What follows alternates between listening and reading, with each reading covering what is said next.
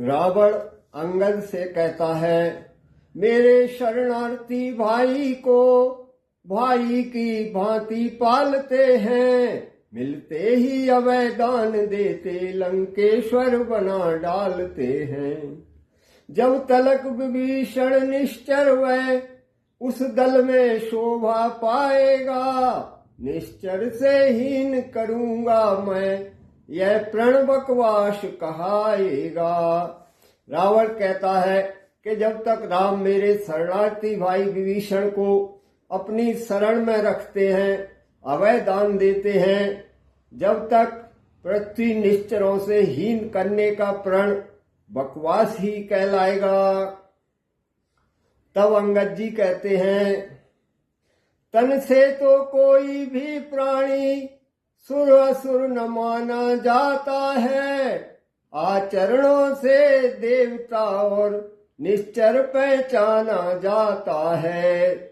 जब गया विभीषण राम शरण तो कैसे माने वह निश्चर है, जाता जो शरण नहीं उनकी तो वह यथार्थ ही निश्चर है।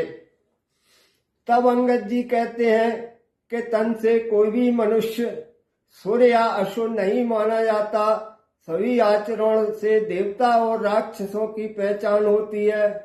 जब विभीषण जी राम की शरण में पहुंच गए हैं तो अब वो असुर नहीं रहे, उनकी गिनती असुरों में नहीं रही।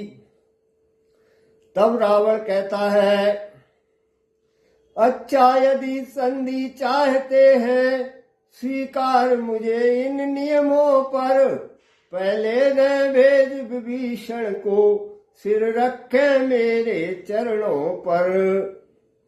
रावण कहता है, अच्छा अगर वो संधि चाहते हैं तो मेरे कुछ नियम है, वो नियम अगर उन्हें स्वीकार है तो मैं बताता हूँ कि पहले मेरे भाई विभीषण को लंका वापस भेज दें और मेरे चरणों पर सिर रखें, फिर तोड़े सेतु समुन्दर का, आ सके न कोई लंका में, फिर हनुमान का मान मिटा भेजे रावण की सेवा में।